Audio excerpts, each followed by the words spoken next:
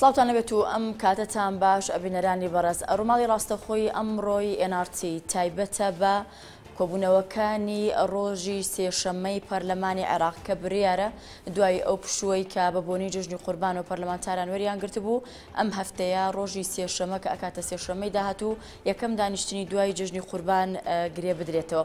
ئەوەی کە ئێمە ئەمانوی قسەی لەسەر بکەین ئەوەیە ئایا کورد چۆن ئەچێتەوە دانیشتەکانی بەغدا، ئایا فراکسیۆنە کوردیەکان لە پەرلەمانی عێراق چۆن داواکاریەکانیان ڕێک خستووە و لەوێ داوایەکەن. ئەو قسە و باسەی کە پێش جژنی قوربان هەبوو دوای ئەوەی کە سەرۆکی ڕاستپێردرا بۆ پێکێنانی کابینەی حکوومەت کە حەیدەر عەبادیە و دوای ئەوەی کە هاتە سەر حکم و سوێندی یاسایی خوارد، ئەوەی کە بڕیادرا کە تاوتوێکی مەسەلەی ناردنی موچە بکات و دواتر بینێرێت، دوای ئەوەی کە مانگەکەش تێپەڕی و تا ئێستا بوجە نێراوەتە هەرێمی کوردستان. ئایا ئەرکی پەرلەمانتارانی کورد لە پەرلەمانی عێراق بۆ ئەم خۆ لەو ڕۆژی سێشەممە قورستر نابێت؟ ئایا ئەو گفتوگۆیانە چین کە دەبێت پەرلەمانتارانی کورد لە عێراق بیکەن؟ ئەو داواکاریانە چین و هەروها ئەو وەزارەتانەی کە بڕیار دراوە پشکی کورد بێ لە حکوومەتی عێراقی، ئایا پەرلەمانتاران چۆن گفتوگۆی لەسەرەکەن و هەندێک لەو وەزارەتانەی کە وەک خۆیان دەڵێن کە شایانی کورد نییە یاخود پێویستە زیاتر بێ، چۆن ئەم مەسەلانە دەوروژێنە لەناو پەرلەمانی عێراق و تا چەند ئەتوانن ئەوەی دەیانەوێ بۆ کورد ئەوە دەستی بێن. بۆ قسەکردن لەسەرم بابەتە میوانداری هەردوو بەڕێزان عەبدولوهاب عەلی پەرلەمانتاری پارتی لە پەرلەمانی عێراق و ئەمین بەکر پەرلەمانتاری گۆڕان لە پەرلەمانی عێراق کردووە. هەردوولاتان بەخێر بێن.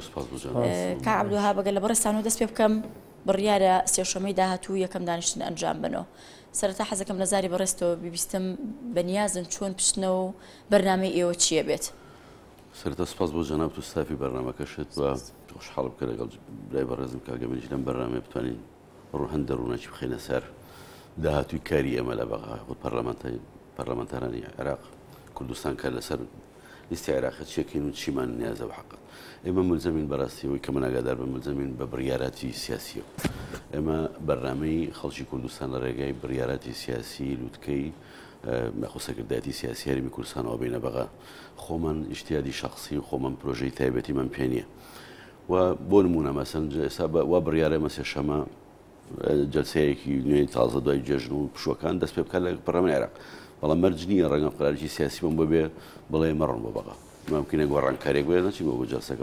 خۆتان ڕای خۆتانتان نییە کە عەبدولوهاب؟ مەسەلەی ڕای خۆ نییە، مەسەلەی ئێمە چی تەمسیلی خەڵکێکین کە لە کوردستان و نێڕایەتی خەڵکی لە کوردستان. بەس بەڵام ئەوەی کە تۆ ئێڵێ تەمسیلی مەکتەبی سیاسی حیزبەکەتانەکەن ئەگەر وابێت ئەو بڵە بڕۆی سیاسی ئێمە هەمومان یەک ڕێین، یەک هەڵوێستین، یەک بڕیاری خەڵکی سیاسیمانێک ئەو بۆمە تەمسیلی ڕێی خەڵکی کوردستانی ئەو کاڵکە دەنگەری کە بڕۆی بە سەرکردایەتی سیاسی و لیستانە و دەنگی پێداوە و هەروە کە نێڕەکانی شەتی کە ئێمەین. بۆیە بێت ینی با بڵێین کارێکی هەرەوەزیە و یەگرتووە و هەرکەسە با بڵێن هەرکەس بۆ خۆی نییە لێرە بەڕاستیەوە بڕیارەکەم چکە براری استراتیژین گرنگن وەشارە نووسازن بەنسبەت میلەتەکەمانەوە بە تایبەتی مەسەلەی بودجە و موچە و مەسەلەی با بڵێن پێشمەرگە و مەسەلەی ژمارەی مشارەکە و شێوەی بشارەکەی ئێمە و پشکی مشارەکەی ئێمە لە حکوومەتی داهاتی عێراق و ئایا هەمان سیاسەتی پێشوو بەردەوام ئەبێ بەردەوام نابێت لەگەڵ کووردا. ئەم سیاسەتی قسا و نیمچە دیکتاتۆرێت و پێداگرتن و تاک بڕیاری و یەکلانی بڕیار ئەبێ بەڕاستی کۆتایی پێ بە لە عێراق. تۆ کۆمەڵێک شتە دەیەتی زامات هەیە بێ جێبەجێ بکەوە ئیلاژی ئەگەرنا کە تۆ هیچت نەکردو دوای پێ دەڵن ئەبێت و نوێنەرانی کورد لە بەغانیان توانی دیفاع بکەن یا بەرگری بکەنیان ئەوەی پێویستە ئەنجامی بن چکە تۆ بە حەقەت ئەکەویتە ڕێگەی داخرا و دەرگای داخرا و زۆر لەگەڵیانە ئەوان بە شێوەیەکی تر بیرەکەنەوە تایاراتی زۆریان تیای عەرەبەکانی جە بە سونە و بە شیعە و باڵەکەیەوە و هەتە باری عیلمانیشی تێدا لەناو پەرلەمانە بە حەقەت. بەڵام ئێمە وەکو کورد ملزەمین بەوەی کە قەراراتی سیاسی مرکزی لە کوردستانەوە بچین و کە ئەوەش داخوازی ڕەوا و شەرعی کوردە یاساییە و قانونی بچین دیفاعی لێ بکەین و تەوتوی بکەین. ئەوەی ینی خۆشحاڵی حەزەکەم شتێکی خۆشحاڵی ئەوەیە ئەمە تاکو ئێستاکە ئەو فراکسیۆنە کوردانەی کە لە بەغاین یەک گوتار بووین، یەک ختاب بووین، یەک هەڵوێست بووین، یەک بڕیار بووین کە یەکگرتوێکی زۆر باش و ڕێزێکی زۆر باشن و ماڵی کوردە و فراکسیۆنان لە بەغایە کەمە ڕەنگە لە ماوەی ڕابردووە نەبینرابێ بۆ یەکێکی خۆشحاڵیە ڕەنگە لە ماوەی ڕابردوو ئەو یەک ڕیزیە نەبینرابێ و ئێستا بەدی دەکرێت لە دەوری پێش لە سەدانەوەتی لە سەدی مەسەلەی استراتیژیەکان یەک بووین، بەڵام لە هەندێک خلافات هەبوو، هەندێک جیاوازی ڕائە بووە بۆ چوونە بووە بۆ جانەزارە بووە، ئەوە شتێکی ئاسایی هەبێ بەڕاستی. خەڵکی ترێکە گرنگە من حەزەکەمەش بگم تەنها ئێمە نین کە بچین ئێمە وەفدی مفاوەزین پەرلەمانتارانی عێراق وەفدی مفاوەزین لەسەر ئاستی کوردستان وەفدێکی شەندێکی باڵای دانوستان هەیە کە ئەم مەسەلە سیاسی گرنگانە لەگەڵ عەبادی و لەگەڵ حکوومەتی یا کابینەی عێراق گفتوگۆکە ئەو وەفدا زانیانی نوێڕێتی هەموو لایەنەکانی تایە ئەو وەفدا بڕیار ئەدامە چۆن نەگاتە نەتیجە و بۆم ئەشگەڕێتەوە بۆ سەرکردایەتی سیاسی بە هەموو جارێکە گفتوگۆکانێکە ئەمە شتێک بڵێم ینی کۆمەڵی خاڵی گرنگ کە ئاماژە پێەیە لە کۆبوونەوەکانی هەفتەی داهاتوە کە دەست پێکەنەوە موچەیە بودجەیە پێشمەرگەیە جۆری بەشداریکردنە ژماری وەزارەتەکانە ئەمە ئەنی ئەمەندە تەوەر هەیە ئەمەندە بابەت هەیە مەسەلەی نەوت و غازە یعنی کۆمەڵێک خاڵ هەیە ئەم شەڕی تێرۆریکە ئێخی هەرێمی کوردستانی گرتووە یعنی کەواتە تەوەر ئەمەندە زۆرە ڕەنگە بوتری ئەگەر بە چەندەها کۆبوونەوە کورد نەتوانێت هەموو ئەوانی کە ئێوە لە ناو پەرلەمانی عێراق بڵێ قسەکەم لەسەر سەرکردایەتی کوردە بۆ سەرجەم فراکسیۆنەکان سەرجەم لایەنەکان تا چەند هەماهەنگی لەگەڵ ئێوە هەیە تەنسیقی هەیە کۆبوونەوەتان پێەکە ئەوەی کە پێویست بێ بۆتان ڕێک ئەخا بۆی کە ئەچنە کۆبوونەوەکانی هەفتەی داهاتووە ینی هەموو شتەکان لە بەردەم تا نابێ و ڕوون بێ یان ڕەنگە خەمساردی تیا بێ بێگومان خەمساردی تیانێ بەڵام تۆ ئەوە لێ بیر نەچێ ئێستا ئەولەویاتی کوردستان بەداخەوە گەڵم کە بووە بەوەی کە ئێمە تووشی شەڕێکی 1100 کیلۆمەتری بووی لەم سەری کوردستان بۆ سەری کوردستان شەڕێکی زۆر قورس زۆر خوێناوی زۆر گران زۆر مکلیف لەسەر میزانی و بودجە و بژێوی خەڵک لە کوردستانە ئەمە زۆر گرنگ ینی خەڵکی کوردستانە بێ ئەوە هەمومان لەوە ئاگاداری کە چ شەڕێکی خەیگرتوین کە ئێمە نەخوازراوە و نەشمانویستۆ کرد بەرحاڵ و لە باتی جیان و کۆڵی دەسەر لە باتی جیان و لە باتی هەموو دنیای پێشکەوت ئەمە ڕوبەڕووی ئەمە بەس پرسیارەکەی من لەوە ینی مەکتەبی سیاسی حیزبەکان لەگەڵ فراکسیۆنەکانیان چۆن هەماهەنگیەکەن شتەکانیان بۆ ئامادە ئەکەن بەستەکەم وی لە ئەو شەڕێکی ئێخی گرتوین بەشی ئەوەی تیامێت تۆ مەکتەبی سیاسی هەرێکەوە ئەوەی ئێمە کە من ئاگادارم مەکتەبی سیاسی خۆمان و سەرکردایەتی سیاسی خۆمانە بینین و تەوجیهاتمانێنێ و بەڵام هەموو کاتێکیش ئەو تەوجیهاتە من لەگەڵ شان بەشانی تەوجیهات بۆ ئێمە وەکو پەرلەمانتارانی پارتی لە بەغا وەکو فراکسیۆنەکە ئێمە بێگومان ئەوەشمان پێڵەن تەوسیەکەن کە ئەبێ هەمیشە یەک ماڵی ریزی کول لە بەغا پارێزرێت کۆبوونەوەتان کردووە لەگەڵ مەکتەبی سیاسی پارتی کۆبوونەوەتان کردووە بۆ ئەم کۆبوونەوەانی کە ئەچنەوە بەغدا جارێکی پێشتر کردومانە و شتەکان خطوتەکان هەمووی وازەحەیانی شتێکی تیانی گۆڕانکاری بەسەرات بێت ینی ئەوی پێویست بێ پارتی تەوسیە ئێوەی کردووە تەوسیەکراوین بەڵێەوە زۆر جاری شتێکی تر ئەەکەینەمە تا چەند بۆتان هەیە لەو تەوسیانە لابن کە عەبدولوهاب والله بما نوتراوە لابینەوە چکە شتێکی چارە نووسازەوە مەسەلەی بۆ نمونە ئێوە لە ناو پەرلەمانی عێراق باشتر دەزانن بابەتێک گێتە پێشەوانێ ئەوەندەی ئێوە شارەزای ئەو عەرەبانن کە لەوێن لەگەڵتانە کە ینی هاوپیشە لەگەڵانە پەرلەمانتارن ڕەنگە ئەندامێکی مەکتەبی سیاسی پارتی بێ گۆڕان بێ کۆمەڵ بێ گرتو بێ ئەوەندە شارەزای تەبیعەتی ئەوان نەبێ ئێوە بۆتان نییە جۆرێک لەو تەوسیە لا بدەن کە ڕەنگە لای ئێمانوە باش بێ بەڵام ئێوە لە ناو پەرلەمانی عێراق دۆخەکەەوە ها نابین و ئەوەی خۆتان پێ باش بێ نابێ ئەوە بکەن بەڵێ زۆر جا کردومانە بۆ نمونێمە کاتێک بەڕێز کاگەمین جزانێ کاتێک ئێمە وەکو پەرلەمانتارەکانی فراکسیۆنەکانی کوردستانی بیانمان لەسەر کوبانی دەرکرد کە عیلاقی پەرلەمانی عێراقەوە بووین پشتگیری خۆمانەوە داوامان کرد و حتا کە باسمان کرد وتمان کوبانی مەدینەیەکی کوردستانی بالضبط لە بەیانەکەمانە کە هەموو فراکسیۆنەکان بێکوکردمان هیچمان نەگەڕابووینەوە بۆ سەرکردایەتی پرسیارە بەیانەت دەرکی لەسەر کوبانیا دەری نەکەین پشتگیری بکەین یا پشتگیری نەکەین ئەم ناو سەربەستی و ئازادی هەیە لە بیرۆڕا و هەنگاوەکان کاتە بۆتان هەیە بەڵێ بەتەکید حتا من زۆر باشبییر و کاگەمین شەیدە ینی کەوتمان مەدینەی کوردستانی لە کوبانی ئەو عەرەبانی هەڵسابوون باشیان دانیشتنەوە دژیەوەستان ینی لایەن سێر بکەیان بە لە سووریا بە کوردستانێک بڵێین ئەو شارە کوردستانیە کۆمەڵێک حتا تۆزێ بۆڵە خوتەخوتیشیان لێ هات و نەخەری و شۆفۆزای دروست کەوتمان مەدینەی کوبانی کوردستانی لە سووریا ینی بۆ نمونە ئەو نوع ئازادیانە هەیە بەڵام ئەبێ ئەوشمان لەبیر نەچێت ئێمە زۆر جار سەرۆکی کوتلەکانمان وە کاکەمێنیش ئاگادارە مەسەل سەرۆکی کوتلەی گۆڕانیە پارتیە ئەیکێتیان یەک گرتو یا کۆمەڵکەم کوتلانە خۆیان ناوبەناو لە ئەڕوێقەی ناو پەرلەمانە لەپڕ داواکەین کۆبوونەوەیەکەین لەپڕ لەسەر هەڵوێستێ لەسەر بڕیارێ لەسەر گۆڕانکاریەکە بێت ینی ئەم نەوە گفتوگۆ و بڕیاردان و قسەکردن و بڕێ بەڵام لەبیرمە نەچێت ئاخر قسە بۆ بورە درێژێنی ئێمە گفتوگۆ فەنێکی گرنگە بەڕاستی و قورسە و فازاد و کۆڵی گفتوگۆ پێویستی بۆیەوە مرۆنەتی شتە بێ زۆر جار تۆ نایە بڵێ ئەمە هەر تاو ئەبێت من ئەمە موت ئەبێت تاو بێت ئەمە تاکید وەفدی دانوستانی کوردی هەندێک شتیش ئەدا مەسەلەی ئەغز و عەتا گفتوگۆ چی وەرەگری چێ دەی وەکو تیشم جارێک کە شەریرە وتم دانوستانە تۆ دانە و وەستاندنیشە تۆ چی ئەەکەی چی ناکەیت پێ دوایە وەفدی کوردی کاک عەبدولوهاب پرسیاری کورد پێ دوایە وەفدی کوردی لە زمانی گفتوگۆ زانێت بەتەشیدێکە لە هەر شارەزە ینی کۆمەڵی خەڵکمەندانە بێژە لە باشتری شارەزەکانی دیبلۆماسیەتی تاوە و ئەتیکێتی دیبلۆماسی و گفتوگۆی تاوە کە و شەرزێبارێن 9 ساڵ ڕێکە بەس بۆ دەوتری زۆربەی ئەو گفتوگویانە کە دەکرێت لەگەڵ وەفدی دانوستانکار لەگەڵ بەغایە ئەنجامی نابێت ئەمە مانای ئەوەنێک کە وەفدی دانوستانکار تا ئاستێکی زۆر لە زمانی گفتوگۆ و نازانێت بۆیە ئەنجامەکەی وابێت بۆ ئەوان بخێنە سەر کورد بۆ نەخێنە بەرامبەرەکەت زۆر ڕقا بەرامبەرەکەت زۆر تونگە گەشتۆ دەرگایەکی يعني داخرا و بەیجۆ مرونە دەگەڵ بەڵێ هەر شتێ شکست بوو بیخەیتە سەر بەرامبەر شکست نییە بۆچی شکست ئێمە لەم سێر بۆ حەدە دەستگاکانی عالم باسانە کردەوە وەفدی کوردی بەدەستی بە هەڵگەڕایەوە وەفدی کوردی فەشەلیانە وەفدی کوردی نەخێر وەفدی کوردی نییە مەسەلەکە مەسەلە تۆ حەقی خۆت هەیە یاسایی و دەستوری و شەرعی و هەموو ڕەوایەتێکی تیا ئەم حەقانە کە تۆ داواکەی بەرامبەرەکە نایدات بەرامبەکە نایەتە پێشەوە بەڕان مرونەت نانوێنێ جا بۆ هەر سەبەبێک بێ لە پشتیەوە خەڵکی تر هەیە خۆیەتی ئەم عەقڵەتێکی توندڕەوی قەومی شێتیە یاخود شۆڤێنێتە یاخود مەذهبیە بە هەر حاڵە حەرغانە ممکنە کۆمەڵە ئەسبابی هەبێ بەس بەڵام دەستپڕێکی لە چیا بوو کە گەڕانەوە بۆ هەرێمی کوردستان دەبڕێ گفتوگۆکان تەواو نەبووە هیچ اتفاقمان نەکردووە گفتوگۆ بەردەوام بێ مسلمانە و کاتێک کە کابینی حکوومەتی عێراقی نوێ پێگەێنرا زي من أمشت بالله ما هربكم يسهر مثلا جاري قفتو جوا يعني جاري بسم صالح خانو قفتو جو جنوبي السودان بسم صالح خانو يعني كل ما كاتب ولا وبدأ كم فشل بسم صالح تحول فكان كقفتو جو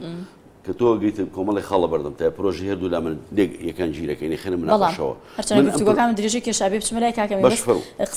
قصة أبرز يك برسالي كذلك يعني بيدوا يعني أم باردوخي استاهرمي كردستان شاني هالاتيان أو هلا قريب لين يعني قفتو جو هي تخوي وخوي أوتوماتيكي ميز بسم صالح بيتش أبي هالاتيان شارك كان أم باردوخي استاه ليش تبي قفتو جو بيت لما خذ دانيش بلك أجا زحمة ولا باشتغل خذ بس والله كل أتوانين بلين مالاني هاي قفتو جو يكردوا لقى الحكومة شربي أشتي بيه حتى بس يسربخونا كنسو جالس يسربخوي كردستان أبشي لقى البقاء قفتو جو كيكاك خلنا شوي قفتوجو بكي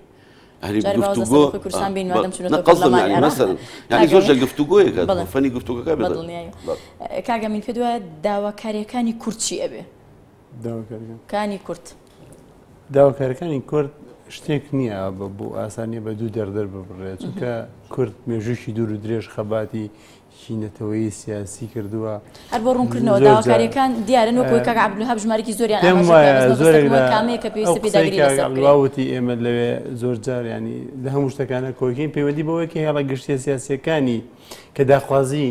شینەتەوەیی هەرێمی کوردین دیارن ئەوانە لای هەموو پەرلەمانتارەکان ئێمەکە ئاسێکیانە ئێمە معلومە ئەمانە بۆیە زۆر بە ئاسانی ئێمە ئەتوانین تەکاتوف بکەین زۆر بە ئاسانی ئەتوانین هاودەنگ و هاوهەڵوێز بین لەبەرەوەی بۆ نمونە هەرچ ئیمتیازێکی دارایی بۆ هەرێم هەموو کوردێکە لە ئەنجومەنی نوێرانی عێراقی پشتگیری لێەکە هەر دەستکەوتێکی سیاسی گەرچی گەر خاکە گەر دەسەڵاتە ئێمە کاری بۆکەن و پشتگیریەکەین و دەستوریش دەسەڵاتەکانی تهدید کردووە ئەو دەسەڵاتانێک کە بە حکوومەتی ناوەندی دیاری کراوە غیری دەسەڵاتانەی هەرێمەکان و ئێمە ئەبێ بەرگری لەوە بکەین کەم هەرێمە لە ڕووی دەسەڵاتەکان و لە ڕووی بەڕێوەبەرەتیەوە بەهێز بێ واتە بەهێزی ئەم هەرێمە مانای ئەوە نیە ئێمە لەگەڵ حکوومەتی فیدراڵی عێراقیانی لەگەڵ فیدراڵی عێراقیین بەڵام ئێمە زۆر دۆسەی کە بێچەک لەوانە بۆ من دۆسەی نەوتە کە وازی لە نایرێ و پشتگیری ئەکرێت پەیوەندی بەوەیە کە ئێمە قەناعەتمان بەوەیە کە هەرێم پێویستەکە خاوەنی ئابوورێکی سەربەخۆ بێ و هەرێم پێویستەکە خاوەنی جوگرافیایەکی سەربەخۆ بێ حتا ئێستا قسە لەسەر ئەوە کرا پێشتر لە دانیشتنەکانی گەڵ لیژنەی گفتوگۆکانی ناوەدا باز سەرەوە کرا کە ئێمە قسە لەسەر سیادەیەکی ئاسمانی سەربەخۆ بکەین کە سیادەکە بامەدەنی بێ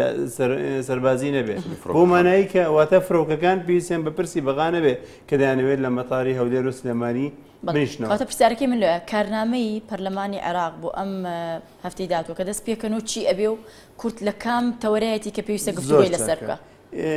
کۆمەڵە بابەت هەیە کە وا بڕیارە قسەی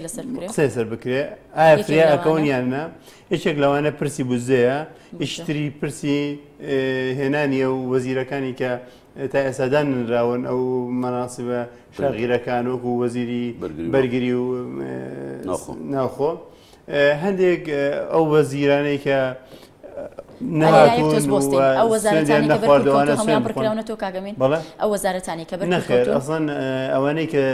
دەنگیشیانە سەردراوە تا ئێساکانە یان سوێندیان نەخواردەوە ینی کاتە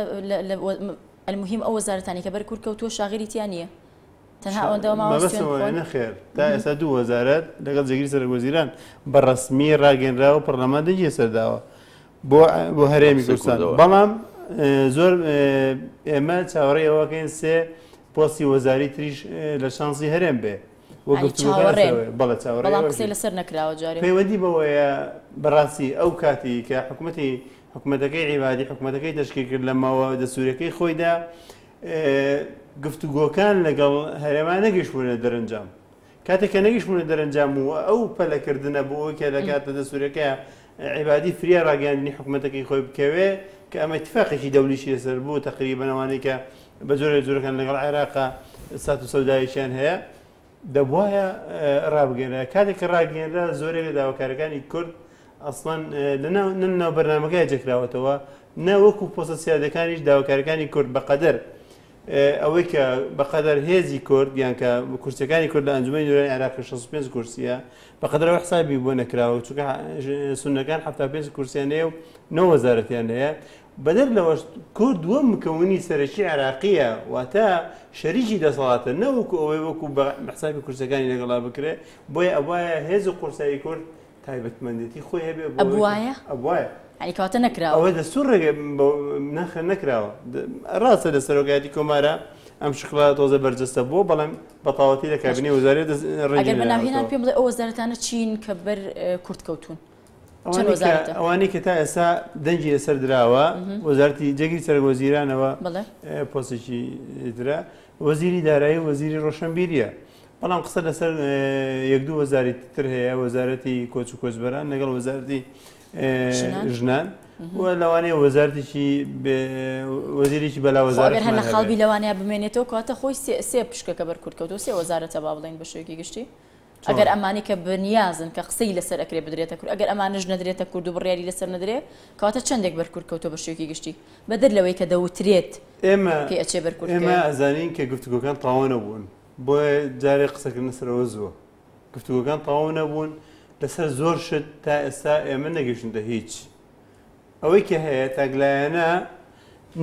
نێتێکەیە لە هەرلاو بۆی گفتوگۆ بەردەوام پێبێت نێتێکەیە لە هەرلاو بۆی ئێمە هاوکار بین و هاوبەش بین لە بەڕێوەبردنی حکوومەتی عێراقیدا بەڵام بە چ شێوازێک هاوکار دەبین بە چ شێوازێک هاوبەش دەبین هێشتا بەتەواوەتی نەگەیشتونتە هیچ پێتان وایە ئەمە حاڵەتێکی زۆر ئاسایە حکوومەت پێکێنرا و وەزارەتەکان دابشکراوە تازە بە تازە کورد ئەڵێ نیەتێک هەیە بۆ ئەوەی بەشداری حکوومەت بکەین و گفتوگۆ درێژە پێبین لە عێراقەت هیچ شتێک ئاسایی نییە ئەمە عێراقە دەوڵەتێکی فیدراڵی یەکەرێمی هەیە ئەمە عێراقە دەوڵەتێکە و نیوەی سنوورەکەی سێ محافەزەی بەدەستی تیرۆریستانەوەی تا ئێستا ئەوان بەڕێوەی دەبن دەوڵەتیش تریان تیادا مەزراندووە ئەمە عێراقە تا ئێستا دەوڵەتی ناوەند حەسارەخاتە سەر هەرێمێکی خۆی و موسەی فەرمانبەرانی کەواتە ئەرکیەوەی پەرلەمانتاران قورستر نییە لە جارەکانی ڕابردوو من پێم وایە ئێمە لە قورسترین قۆناغا لە ناو ئەنجومەنی نوێرانی عێراقی داین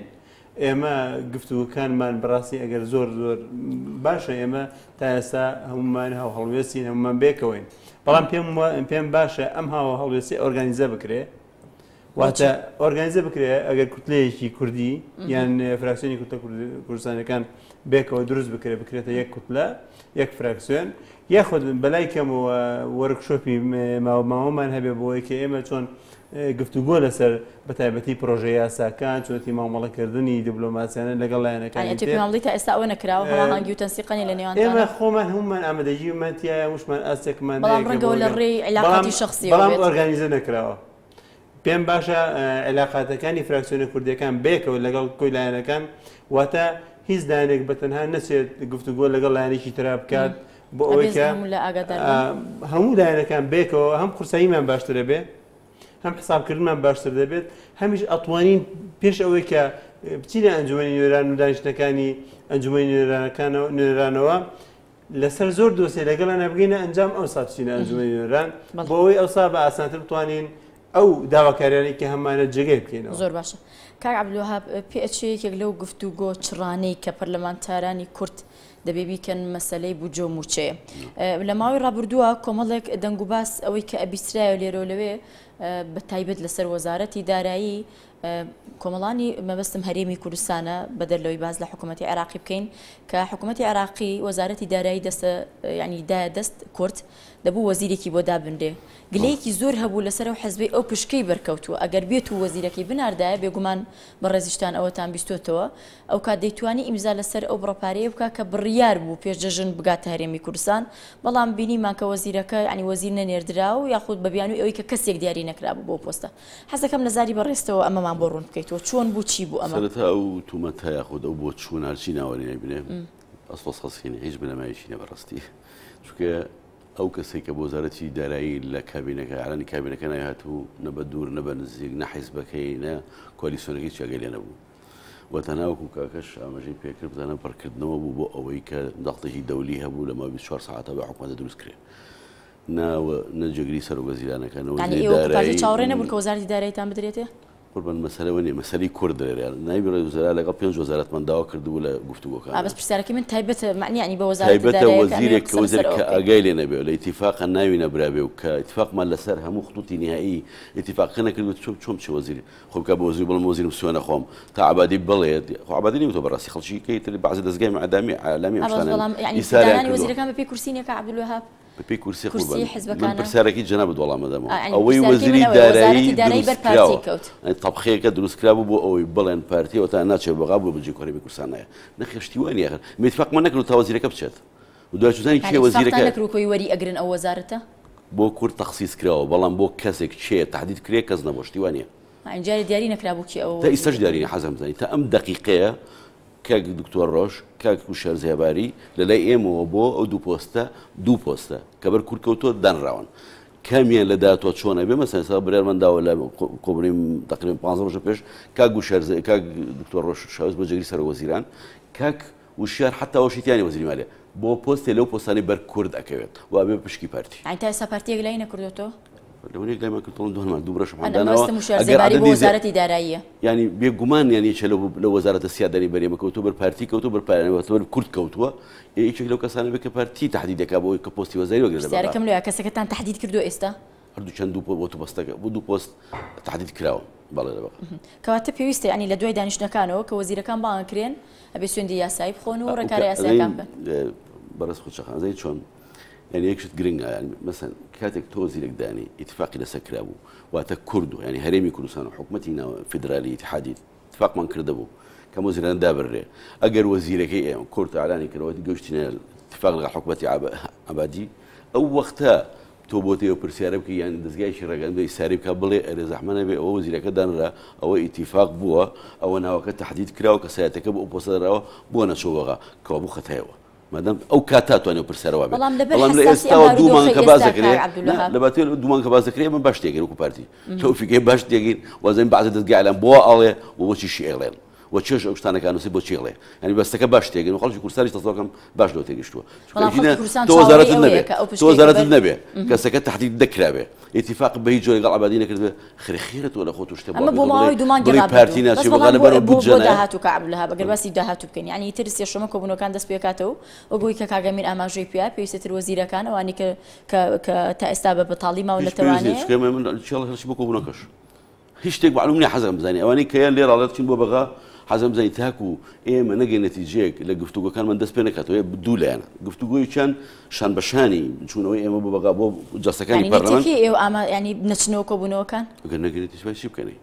ئەگەر اتفاق نەکەی چێک ینی هەتا پێش سێشەمە گفتوگۆیەک ئێمە لە کۆبوونەوەی سێمی پەرلەمانە برای بەڕێز کاگەمیش لێ بوو کە باسی بودجەهات و تەقریری ئەوەلی خوێنرایەوە هاتین دەرەوە هەموو فراکسیۆنەکان لە نکاتین دەرەوە مەبەستم بۆ ئەم سێشەمەیە پێش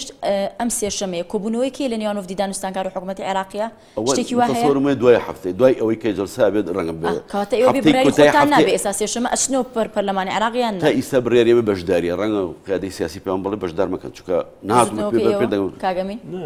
کورد هل أول دياري كأما بجداري نبرز سياسي. لا بس تم دانشتكاني برلمان العراق بهم دانشتكان حتما دانشتي برلمان دانشتي حكومة نية دانشتي أنجوين يوراني عراقي دانشتني كتونري هم خطيب ودنجي بيعي. أسيتنا أنجوين يوراني عراقي تو هم سعوديري هم مشرعي. كواتا من بس بريرتنا وبجاري كلهم كامل. وشتي هالأساسية. كواتا كاع عبد الوهاب يعني كواتا برسيارة كل رأوية. هاوڵاتیانی هەرێمی کوردستان ئێستا زۆر چاویان لەسەر کۆبوونەوەی ڕۆژی سێشەمەیە کە بتوانرێت لەوەی بڕیارێک بدرێ ئەوەی کە بودجەیەک لایی بکرێتوانێ ئەم قەیرانەدارەی حکوومەتی هەرێمی تێکەوتۆ ینی بارودۆخەکە بۆ خۆتان هەمومان باشە زانیت کە بارودۆخێکی ناجێگیرە ینی ئێستا پێویست نییە زۆر بەپەلەتر لە جاران ئەو پشکەی بەر پارتیە یەکێتیە گۆڕانە هەر کەسێک کەوتۆ وەزیرەکە دابنێت و گفتوگۆ لەسەر بابەتەکان بکات نەک ئەوەی تازە بە تازە باز لەوکە جارێ ئێمە چاوەڕێ ئەەکەین کی ئەڵە بەشداریەکەین ئەی دۆخەکە ئەوە هەڵەگرێ ئێوە تازە بیر لەوە کە بەشداری نەکەن وەزارێکیش تاکید لەوە کەمەوە ئەوە پەرلەمان نییە کە بودجە بۆ کوردستان ئەوە ئیتیفاقێکی سیاسی بینی هەرێمی کوردستان و حکوومەتی ئیتیحادی حەزم جواب بکەین لێک بەس بەڵام قسەکردن لەسەری بێ لەناو پەرلەمانە بێ تەصدیقی میزانیە بودجە هەموو میزانەی عێراق توانێت تەصدیق کرێ يعني ليه بقى تصديق كريه ومتابعة كريه ودراسات أو كاري إيوانية تصديق ومناقشة ومش بلا مسألة اتفاقي سياسي لبشتي موضوعها هي باتفاقي سياسي بكرة بين هرمي كردستان ولا قال حكومة الهرمي كردستان كي أبي اتفاق سياسي بين حكومة العراق كعبد الله بناونا وفد دانستان كار معناه بيمنوتي لجناب أما بستم يعني بوفد دانستان كاريش بيقومان توصية له حزب كان يخوانه ورجلا كواتا قيادي سياسي كرب أو هيك هر قيادي سياسي بخو حزب كتابتي خويه بالتأكيد من بستكم له يعني كواتا أبي قرار بدات يعني لهريمي كردستان أبي كي قرار لسرو ذاك أو ركوتنا سياسية على الحكومة العراقية. سكرتيري سياسي وفد شيء دانستان كاري ده أنا ربوا بقى قفتوجوكا أجر بيس وشتك بيغرتو بو سكرتيري سياسي كدو جارية وهاتن وأزم جاريشان لا ما كوي سرشي بقران لا كاتب لي كانوا يعني شادو وبدا كمان لبغات وقشونا بعد بشون داخله بس فيكي داخله ولا غلع بعدي هاتوا لي مناقشة القيادي السياسي بحضوري أمريكا كانوا بحضوري يونيش يعني أما يعني قفتوجوه توشيد أسيب وبدا كاتش همو داوي توكو كورت توكو هرمي كورسانة بابو بغا جيش دي نتيجة إعلان لقوا اتفاقية همو أشتاني كيسا بازكين أجاتا شواني خوي نجيش نتيجة تجاري كيف قريتوا بقيادي سياسي بلكاك خلشي كردستان لقي قيادي سياسي كيوم لقيش نتيجة لسر أم خالنا أما توضح بيرون كلنا بس بخلق زور باش كاغا من بريار واي أوي كزور أوليتي هبي للاي فراكسيون كردية كان لبرلماني عراق شيكا يعني قفتوا قوي للسربكة بابتي بوزو باسكر بامن يخش لسر بوزو مسولم موسى هرم فرمان براني هرم بيوني ببوزي 2014 ونيا أولا سر بوزي 2013 بفي ياسا يقصر 12 هيا لا ياسا 12 بيلا لقانون إداري مالي جمارة بيز برقي مادي حاول برقي شوار ألاد ئەگەر بوزەی عراقییان بوزەی دەوڵەت دوا کەوت دەبەر هەرەوە کارێک بێت ئەوە بەپی یەکەسەر دوانزەی بوزەی ساڵی پار بۆ هەر مانجێک پارە ئەنێردرێت بۆ پارە سەرفەکرێت لە حکوومەتەوە واتە وەزارەتی مالیە سەرفیەکە واتە ئێمە پێویستی بە بڕیاری ئەنجومەنی نوێرانی عراقی نییە ئەمە لای حکوومەتە و بڕیارەکە بڕیارێکی سیاسیە بەشێکی ئێستا ئەوەی کە لە تاسترین کۆبوونەوەیە کە سێشەممەی پێشوو بوو پێشدەژن لە کۆبوونەوە ئەنجومەنی وەزیرانە لە بڵێن لە ناوەند بەسەوە کراوە کە سیولەیان کەمە کە نەقەت کەمە بەدەستی حکوومەتەوە ناتوانێت بە ئاسانی ئەو بڕەپارەیە بنێرە بۆ هەرێمی کوردستان و لیژنەیەکیان دروست کردەوە بۆەوەی کە بزانرێت واریداتی هەرێم چەندێک بۆ لەو ماوەی پێشوودا و پێویستە کات چەندێک بنێردرێ ئەمە على ئەساس ئەم لیژنەیە دروست کراوە لە سەرزاری محەممەد شیع سوودانی وەزیری دارایی بە وەکالەت و لیژنەکە دەست بەکارەوە ئەبێت دوای جەژن وەڵامی يعني وەڵامەکە بدرێتەوە ئەنجومەنی وەزیران خۆی و دوای ئەوە ناو پرۆژەی موازنە بەگشتی حسابی ئەم بارودۆخانە بکرێ و پرۆژەی موازنەی 2014 بنێرێ بۆ مانگێکیان دیاری کردبوو پێشتر ئەوە ئیلتیزامی پێوە نەکرا حکوومەتەکەی ئیمادی و سەرۆکوەزیران ئیلتیزامی بەو گفتەی خۆیەوە نەکرد کە بە لیژنەی وتان هێداوەکاریتان هەبێ لەسەرەوەی کە ینی ئەو ماوەی کە دای نابوو جێبەجێ نەکرد لەو ماوە زین چۆنە لەبەر ئەوەی داواکاریەکە ینی وعدەکەی عیبادی لە ناو بەرنامەکەی حکوومەتان نەبوو ئەو بەرنامەی کە پێشکەشی ئەنجومەنی نوێرانی کراوە و دەنجی لەسەردراوە ئەگەر لە ناو بەرنامەکەی بواە ئێمە بۆمان هەبوو بەڵام لەبەرەوەی لە دەرەوە شەفەی بووە نەمانتوانیوە ئەمە لایەنێک هەر هیچ بۆتانی بەپێی یاساش با ئێمە تەوسیع خۆمان کردووە ئێمە تەوسێمان داوەتە ئەنجومەن لە ئەنجومەنی نوێران و لە ئەنجومەنی نوێرانەوە تەوسێمان داوەتە ئەنجومەنی وەزیران کە داواکارین بە زووترین کاتەوە موچێ سەر بکرێت و دوو جاریش ئەمەمان کردووە بەپێی یاسا ینی تازە ناتوانێت بستینەوە بکەن لە بریکەمانکە بەسەر چۆنی توانین لە ڕووی یاساییەوە دەسەڵاتەکانی ئەنجومەنی نوێران ئەمان بێجگە لە دەرکردنی یاسا چاودێریکردنە چاودێریکردن واتە ئێمە ئەگەر حکوومەت هەڵەیەکی کردوێ بانگی بکەین و محاسبەی بکەین هێشتا حکوومەتەکەی عیبادی لە سەرەتایەتی و پێویستیشمان بۆ لێپرسینەوە پێویستمان بە هێزێکی زیاترەیە و پێویستمان بە تەحالوفاتە لەگەڵ لایەنەکانی ترا بۆەوەی کە بتوانین لێپرسینەوە لەگەڵ عیبادیا بکەین ئەوەی چەند موچەی هەرێم گلەداتەوە ناینێرێ و سزای خەڵکی هەرێمەدا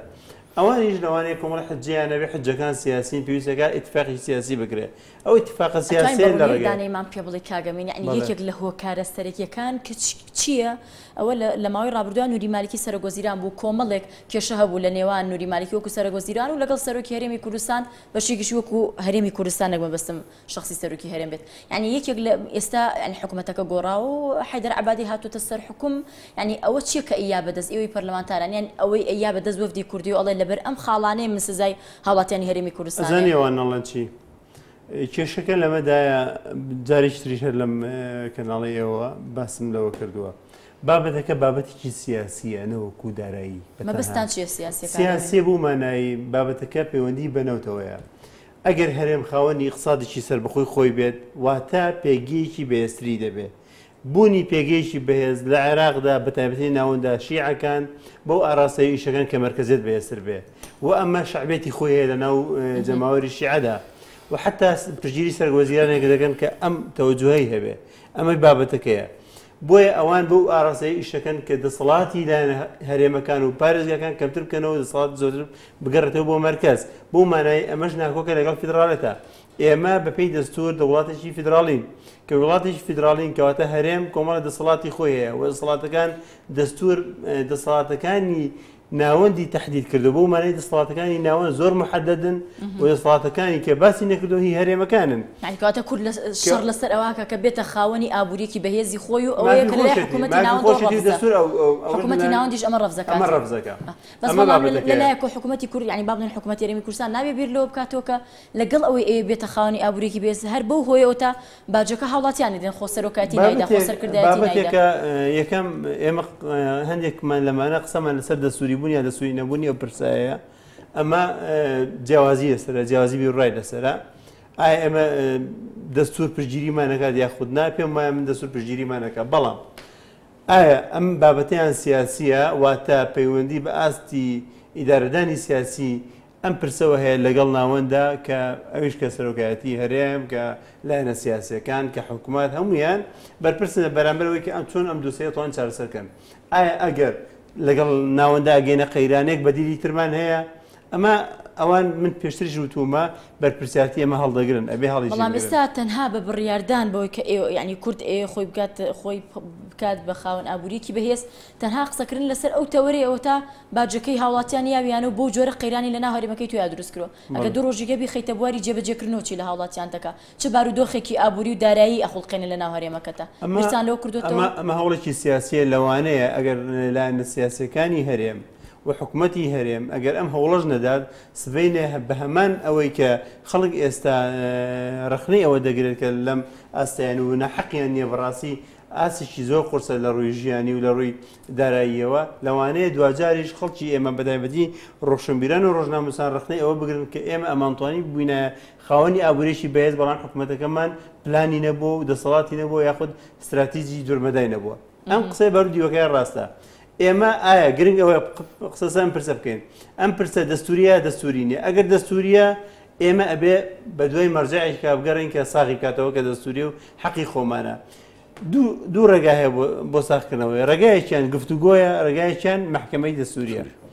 ئەگەر لە ڕێگای گفتوگۆ گەشتنی نەتیجەیەک ئەبێ ئێمە وا باشترە لە ڕێگەی گفتوگۆ بگەینە ئەو نەتیجەیە چونکە محکەمەی ئیتحادی پێشتر وەکو مێژووی خۆی لە حکوومەکانیە بێلایانی زۆر نەپاراستووە و نیشانەی پرسیاری بەسەرەوە تا لەم پرسیار پشتگیری لە کورد بکە تەسەوور ناکەین پشتگیری لە کورد بکە بابەتی دووەم یعنی ئێژەر بە ئاڕاستی مرکزیت بیرەکاتەوە لە مەسەلەی گفتوگۆیە لە مەسەلەی گفتوگۆیە هەموو معادلەکان ئەخوێندرێنەوە معادلاتی هێز ئەخوێنرێتەوە معادلاتی بارودۆخی ناوخۆی عێراقی ئەخوێنرێتەوە هەموو ئەمانە خوێنرێتەوە سا گفتوگۆکرێ و پێش وایە گفتوگۆکە ڕێگەچارەیە و چارەسەرە ئەوەی کە حکوومەتەکەی عیبادی داوایەکە کە دەست بەسەر هەموو دۆسی نەوتا بگرێ و کلیلی قفڵەکە بدرێتەوە بە حکوومەتی ناوەندی پێم وایە ئەمە مستەحیلات لایەن کوردەوە چونکە ئەگەر کورد بۆ ئەمڕۆ لەژێر ئەم تەوژمەیە قبوڵی کە سبەینێ یعنی زەمان چییە لە گرفتێکی تردا لە بچووکترین ناکوچی سیاسیە هەمان کارەسا لەسەر خەڵکی هەرێمە نایێتەوە ئەوستا تۆ کلیلی قفڵی نەوتەکەش بێنیە ئەمەش کێشەیەەکە بابەتەکەی تێر ئەوەیە ئێمە حەلیکی وەسەط هەیە لەم نێوانەدا حەلی وەسەط هەیە پێویستە لایەنە کوردەکان حتمما بیریان لێ کردوتەوە ئەوانەی کە ئەچم بۆ دانوستان ئێمە ڕاستە فرۆشتنی نەوت دەکرێت یا لە ڕێگەی سۆمۆشەوە نەبێت دەکرێت بە چاودێری سۆمۆ بێت قەناعەت بە عێراقی بکەین بەلایەنی عێراقی بکەین کە بە چاودێری سۆمۆ بێت و شەفاف بێ و داهاتەکەی بۆ هەموو بگەڕێتەوە بە عێراق بگەڕێتەوە بمەرجە کەرەمی استحقاقاتی خۆی وەرگرێت بەڵام ناوەندیش دەبیان و نەبێت کە کۆمەڵێک معاقبەی لەبەری مای بەرنامەکەم زۆر کەمی ماوە وەکو دوا سەرنج کورد چی پێ ئەکرێ بۆ هەنگاوی داهاتوو بۆ مەرحەلی داهاتوو من پێم چیتان پێ بۆ هەڵاتیانی هێرێمی کوردستان کورد وەکو دووسێ جێ بکەیتەوە باشترە وەکو ئەنجومەنی نوێران بابەتێکە وەکو حکوومەت و دەسەڵاتی سیاسی وەکو ئەنجومەی نوێران کۆمەڵە پرۆژه یاسای زۆر گرنگکە دێتە ئەنجومەی نوێرانی عێراقی یەکێک لەوانە پرۆژه یاسای محکەمەی اتحادیە گرنگترین پرۆژه یاساش مەجلیسی اتحادیە واتە ئەنجومەنی فیدراڵی و بەدەر لەمە پرۆژەکانی موازنە پرۆژه یاساکانی موازنە دێن خۆتان ڕائبینن کە مژدەیەک بن بە هاوڵاتیان هێرێمی کوردستان کاگەمین ئەمە گفتوگۆی دەوێت ئەمە هەوڵی دەوێت ئێمە ناتوانین ئێستا هیچ شتێک بڵێن چونکە پرۆژەی مەجلیسی اتحاد پرۆژەی یاسای مەجلیسی اتحاد هەموو دەورەی پێشوو لە ئەنجومەی نوێران بوو دەنگی نەیانتوانی بگەنە اتفاق لەسەری و ئەم کەڕەتەش ئێمە ئەبێ هەوڵی جدی بدەین و هەوڵ دێن ناوکشیان کەم بکەینەوە و علاقاتی سیاسی دیپلۆماسی بەکاربێنێت. کاک ئەمین خەبەری خۆشی پێ نەبوو کە عەبدولەهاب پێ دوایە کورچی پێ ئەکرێ چیتان پێ ئەکرێ بە هاوڵاتیانی هەرێمی کوردستانی پێ بڵێنێنی بۆ هەنگاوی داهاتووتان والله بەڕاستی من ملیژێر عینەش هەمان ڕێی کاگەمینە مێ ناتوانین ئێمە لێوەرەوە دەست بکەین بڵێ ئەوەتان بۆکەین ئەوە کرێ ئەوە کرێ ئەمە هەموو اتفاقاتی سیاسیە من ئێستا بۆ جەناب دەڵێ ئێستا تا ئیستاش تۆ مەسەن عەلەمیەکی لێرەڵی ئەڵی خلافاتە شخصەکانی بینی سەرۆکی هەرێمی مالیکی اینجا بۆیە لابراوە هەنی خلافاتە تۆڵی کەمالیکی لابرا هەندێک عەداوات هەیە بۆ لەگەڵ سەرۆکی هەرێم لەگەڵەوە وتم لەسەر ئاستی شخصینا مەبەستم هەرێمی کوردستانە لەگەڵ نووری مالیکی لە سەدانەوەتی شیعە لە سەدانەوەتی شیعە مالیشان بەدڵ بۆ لایەن برد زانانی بێزگە لە حیزبی خۆی لە سەدی سونە لایەن برد ماوەی ڕابردوو هەر بۆی ڕوون بێتەوە لا ڕەنگە هەڵەتی پێشبێتی کابلوها هەموو چونەکان ئەوە ڕاستیە کە سەرۆکی هەرێم ڕاست دەچوو کام عێراقی تووشی ئەمە زمێ کردو حەزەکەم بزانێ ئێستا کە ئەوەنەی کە ئێمە گرەیمان هەیە لە بودجە حەزم بزانێ شعش زۆر گریان لە بودجەیە سونەش زۆر گریان بودجەیە یەکی لە مەشاکل دیارە سونە و شیعە بەشی خۆیان لەم حکوومەتە تازەی کابرایەک لەسەر کورسی حکووم دانیشتووە میزانی یەک ساڵی عێراقی بە سلفە سەرف کردو کاکە بۆ ینی ئەبێ خەڵکی کوردستان و هەموو عێراقیش بەتەکید بەڵام ئەو نووری مالیکیە کە لە ماوەی ڕابردووە و لە هەولێری پایتەخت ئیمزایان لەسەر کرد و دڵنیان لەسەر کاک عەبدولەهاب بەتەکید ئەو وایە کەواتە دوا سەرنجی خۆتت پێ